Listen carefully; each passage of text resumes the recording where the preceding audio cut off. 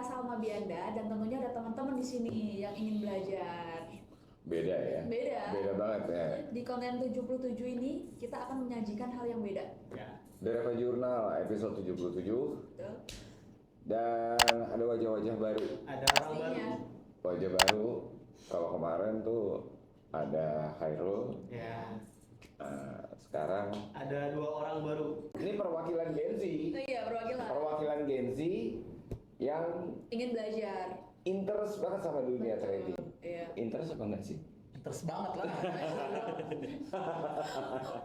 Interest banget sampai akhirnya jadi kita ngobrol. Nah, interestnya kenapa nih? Nah, tapi sebelum kita ngomong lebih lanjut ya, teman-teman.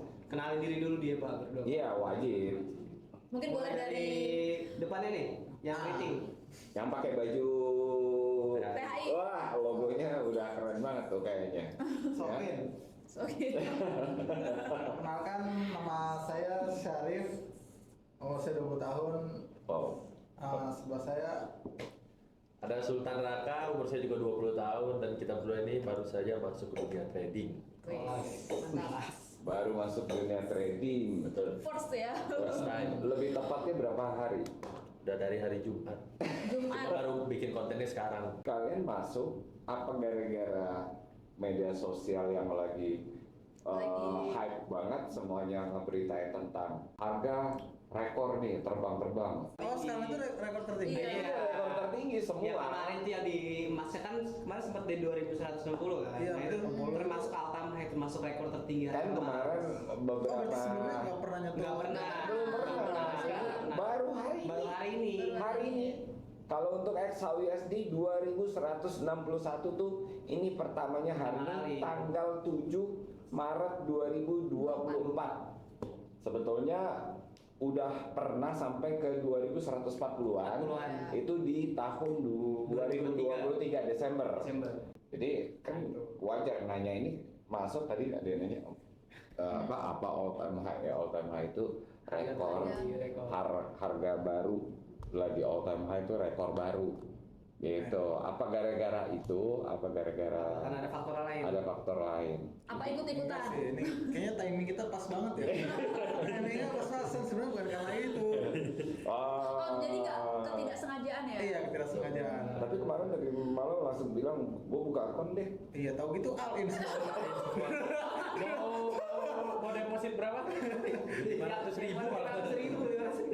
Deposit 500.000 emang udah kayak Udah kayak judi lah. Udah kayak judi, itu mah bukan trading, ya kan? Nah itu dia masuk di momen yang tepat. Tapi kan belum trading. Belum trading. Cuma udah pakai logo THI ya. Iya. Tapi nih, udah punya gambaran belum? Udah ada. Gambaran sukses langsung ya. Oke, nah tapi di antara 2 orang teman kita ini, sebenarnya ini bukan temannya anakku sih. Enak gak tuh belajar langsung sama papa? Enak. Ini anaknya kepaksa apa nggak tahu. Ini nggak Tapi bener kemarin kan udah buka akun buka kan ya? akun kan? Buat belajar. Berapa kak? Langsung berapa? profit gede itu. $7. $7 itu warteg dapat 2 loh itu. Kalau di sebelah saya dia lebih gede lagi loh profitnya. Coba spill. Tapi dia demo akun.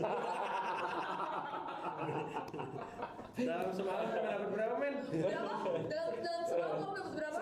Janganlah, jadi Kamu profit $11.000, tapi kan demo akun. Iya. coba tahu kan asli ya. Itu yang justru menyeramkan, tiba-tiba nggak ada angin, nggak ada hujan, Iya langsung up gitu. langsung up $11.000. Makanya dia langsung nekat kan mau deposit 500.000 itu. Enggak kan semalam tuh baru 3.400 kan. Terus pas nyampe rumah tuh Oke. Coba klik lagi. Terus 11.000. ya karena memang momennya lagi pas, memang semuanya tuh. Jadi nih, apa tuh? Enggak semalam Oke, dengar lo. semalam nggak ada yang buy, semuanya sell. Iya. Mana ya? Siapa yang suruh nge-sell? Nggak ada. Sendiri. Oh kamu Oh, nge-sell. inisiatif, dia Iya, inisiatif. orang sell semua tapi. Oh keluar masuk. Scalping berarti. Oh, ya kan sell.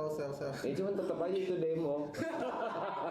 Nggak ada gunanya juga. Betul juga sih, lu mau profit berapapun juga tetap aja itu demo kan? Itu demo nggak ada gunanya juga gitu loh. Kalau Raka dia $7. Apa posisi apa? Buy.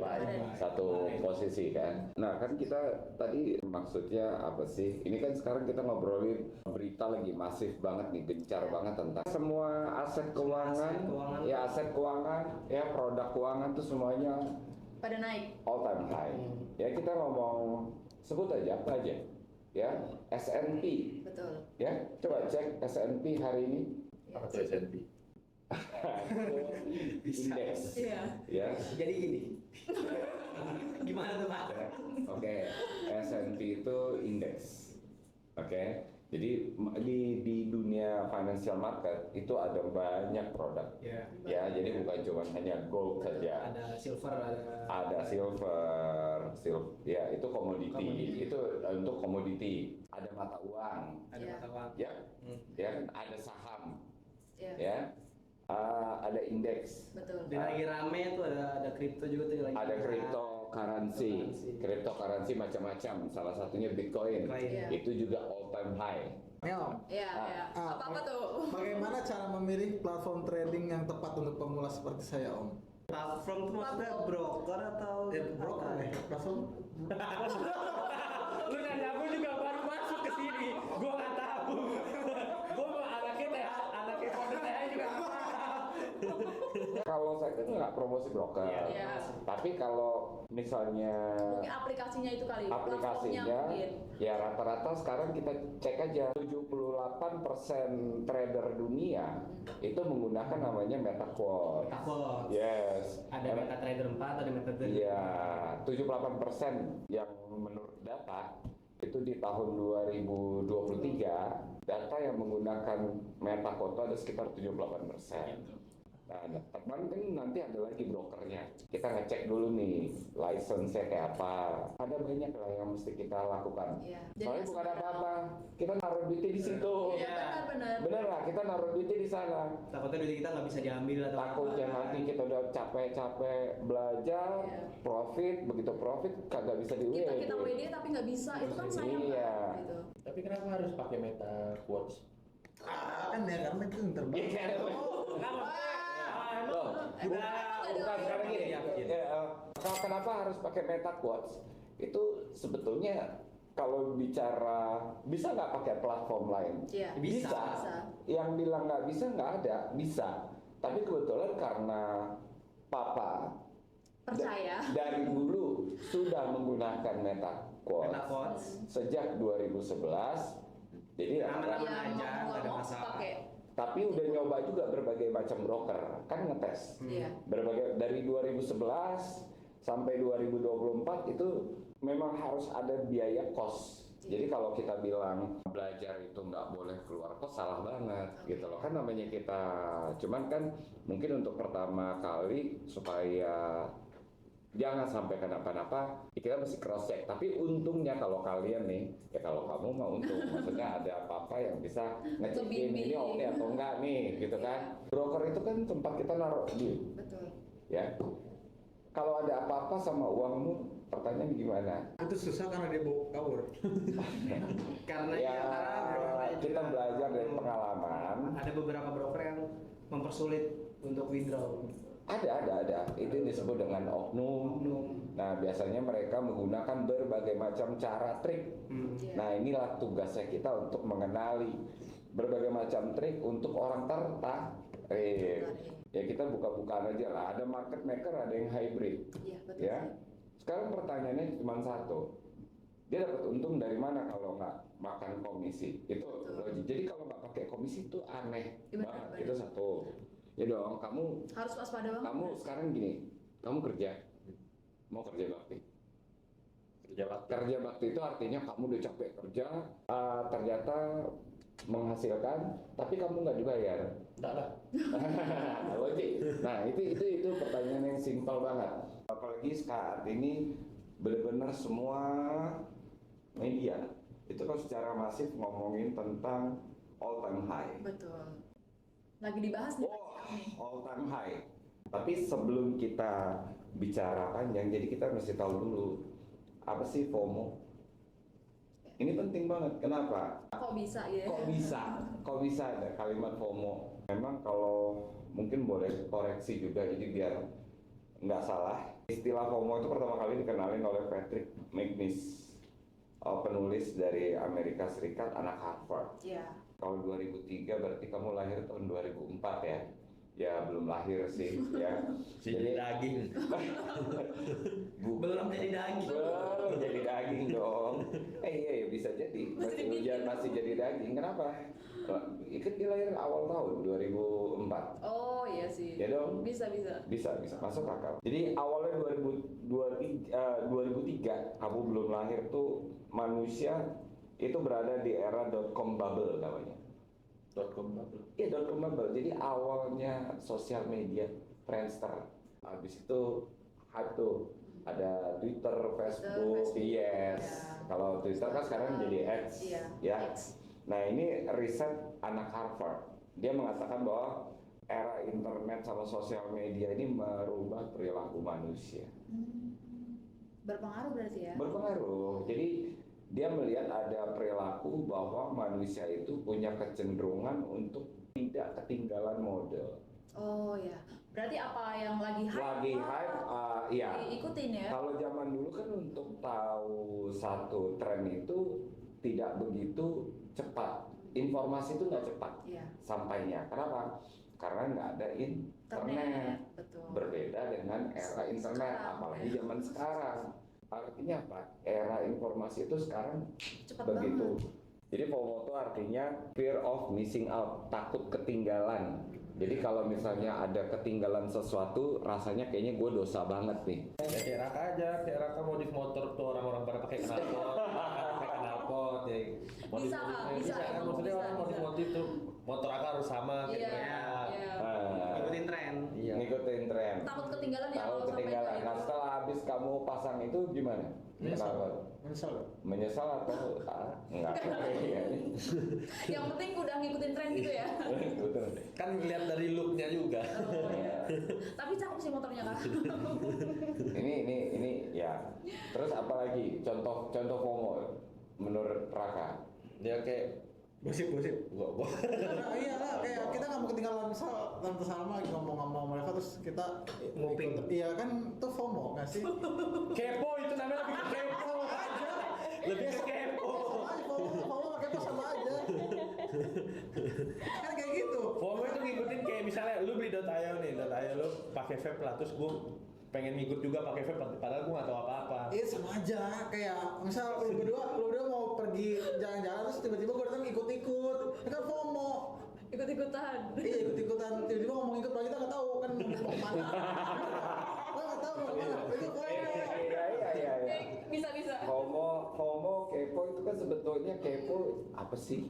Iya. Kan berawal dari Ingin apa tahu, sih? Ingin tahu kan. Lo kepo, tapi ini kepo tuh ada dua hal. Kepo positif, kepo negatif. FOMO di dalam trading, apalagi kita dengan berita-berita yang luar biasa semuanya, bahwa yang namanya fear of missing out itu bisa punya dampak bagus, juga bisa punya dampak jelek. Nah kalau di dalam trading kenapa sih kita nggak boleh FOMO? Terus gimana cara tips ngatasinya? Atasi FOMO. Tadi ada yang ngomong all in. Iya. Ya, all in. Ya, mungkin pas lagi kebetulan benar. Lagi hoki lu men. Lagi hoki. Hoki setahun Hoki. Lagi hoki.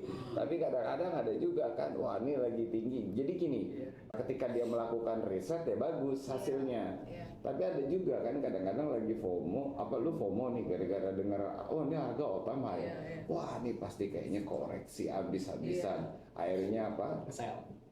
Pasang nih gue nih. Gue masuk posisi gue counter trend, ngerti nggak? Iya. Gue lawan tren dengan all in, yang jadinya ujungnya chaos. Bapuk jadi. Bapuk. Jadi Apa kalau bahasa Gen Z apa? Rungkat. Rungkat. Rungkat. Coba lu lebih kencang lagi, rungkat ya. Terus gimana cara ngatasinya? Nah, Itu tipsnya. apa menurut All in lagi. Mana? Suntik dana. ada? Ya, kalau suntik dana, Ya lama-lama habis dong. istilah orang depo terus, ya kan? Bahwa FOMO itu sebetulnya adalah nggak lebih, nggak kurang, itu perasaan. Sama dengan kayak marah, Ya. sedih, senang, Iya. happy. Iya. Jadi yang namanya perasaan itu bersifat temporary. Apa itu? Apa itu, Pak? Sementara. Tahu temporer. Jadi dia nggak sifatnya ya sama kayak kamu bangga tadi pasang Kenapa? kenapa? Itu sementara. Ya waktu pas kamu baru beli kamu seneng. Wah, waktu kamu belum beli penasaran Sedih, kan? penasaran. Begitu kamu udah pasang, udah jalan, Senang. 1 minggu, 2 minggu udah biasa aja. Iya. Bener nggak? Kenapa? Karena udah dapet. Sama kayak kamu pengen punya Vespa waktu itu. Waktu belum punya kayak apa? Sedih. Kok sedih sih? Dia pengen dong. Tapi pas udah dapet kan biasa aja. Ah, masih senang sampai sekarang. Masih senang. Ya cuman itu kan ya karena barangnya ada kelihatan. Iya. Nah kalau di dalam trading kan kita harus tahu bahwa yang namanya FOMO itu adalah perasaan. Di dalam trading atau misalnya di dunia investasi, trading investasi atau di dunia keuangan, seorang trader itu nggak bisa menggunakan perasaan. Berarti jangan trading pakai feeling. Baik, kalau feeling itu sama dengan gambling. Nah, Ya kayak lo itu bisa jawab dan kalau pakai perasaan berarti dia tidak menggunakan yang namanya logika. Betul. Nah sementara kita bicaranya berdasarkan fakta, data, logika. Emang bisa ya ngatasin FOMO di trading tuh? Bisa. Bisa. Dong. Sangat bisa, ada caranya. Kalau tak bisa gimana? Nah, kalau nggak bisa berarti evaluasi lagi. Ya, makanya ada coaching ya, Iya. sekolahnya kan ada pelajaran, semuanya ada pelajar. Papa dulu sekolah semuanya ya dipelajari, nggak mungkin tiba-tiba langsung bisa kan. Jam terbang juga mempengaruhi. Jam terbang mempengaruhi. Intuisi orang trading itu kan dilatih dari kesalahan-kesalahan yang dilakukan. Jadi Betul. kalau nggak ngelakuin kesalahan lucu aja. Iya. Mau jadi petinju tapi nggak mau kena tinju. Ya logikanya gimana? Nah, ya Om. Cara mengatasi FOMO gimana tuh Om? Mereka nafsu all in semua. Nah ini tadi baru ada ngomong all in. Iya. Ya. Nyambung ya. Berarti. Nyambung semua ya. Ya kalau Om ya lihat resiko dulu. Kalau saya Kalau ini nggak lihat resiko. ya memang ya kalau anak-anak muda kayak kalian gini tingkat keberaniannya secara psikologi itu lebih berani Pastinya. ya karena kalaupun ternyata Salah. masih ada bapak Masih gua. ada. Ya, Ya juga sih. tapi kan itu nggak oke. Iya. Ngerti nggak? Jadi semua itu nggak bisa ketika kita melakukan kesalahan terus kita melemparkan masalah itu kepada wah ini gua ada backup Keluarga, tenang aja ya. nggak boleh nggak bisa kayak gitu. Benar. Ya kan? Ya sarannya tetap kamu harus pelajari resiko dulu. Itu penting banget. Apalagi di trading. Trading ini kan kita nggak bisa pungkiri kan kamu udah hampir 1 minggu ya masih bisa dibilang ini pengalaman yang masih newbie banget sih. sedikit banget tapi sedikit. Nah, kamu lihat ada harga up and down volatile. Nah volatile itu udah banyak orang yang rungkat Ya, yang kayak kalian bilang kamu bilang tadi. udah banyak banget bahkan persentase orang rugi itu gara-gara FOMO. FOMO, betul. Pelajari resiko secara baik ya otomatis peluang itu datang. Iya, betul sih. Jadi kalau di trading yang namanya FOMO itu selalu menimbulkan kerugian itu udah pasti. Udah pasti ya. Yes. Gitu. Ya, saya mau nanya nih Om. Pertanyaan terakhir dari saya ya. Kalau yang lain mungkin ada yang Ini yang punya konten siapa sih? Gue harusnya apa ini? apa yang harus saya pelajari untuk meningkatkan keterampilan trading saya Om? Itu mah pertanyaan yang gampang banget sebetulnya dijawab. Nah, karena saya pemula tuh Om, saya nggak tahu jadi Ya coba dulu. Coba dari ini pemula ya. Iya. Kalau pemula kan kita berbicara tentang resiko. Iya.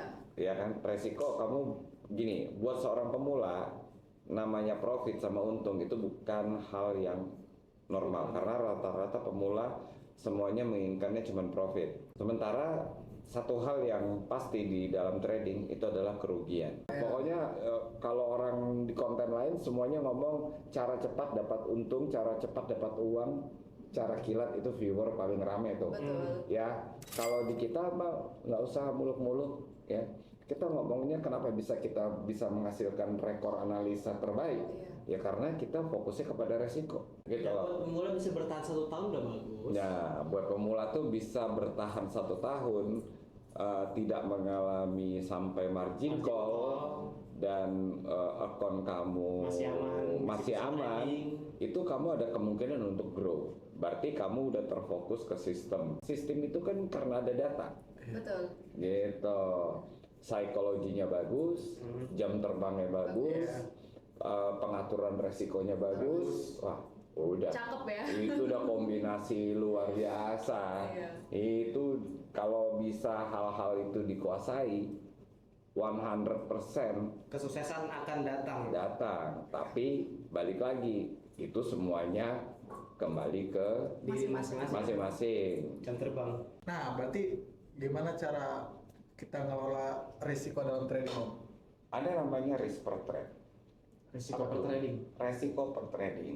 Kan setiap kita buka transaksi, apakah sedang melakukan posisi beli atau jual, ya, itu kan kita bisa mengatur resikonya. Mau berapa persen kerugian dalam setiap transaksinya.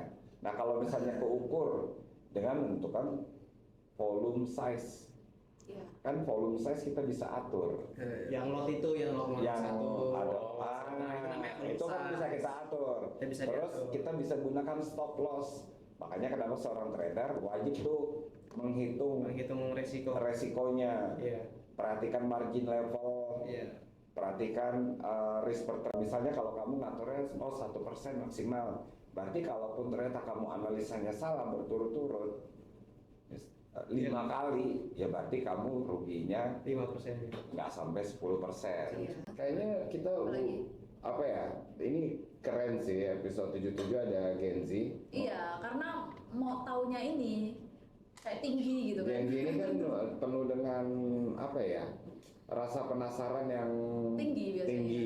Apa aja mau dicoba kan? Betul. Tapi positif ya. Iya.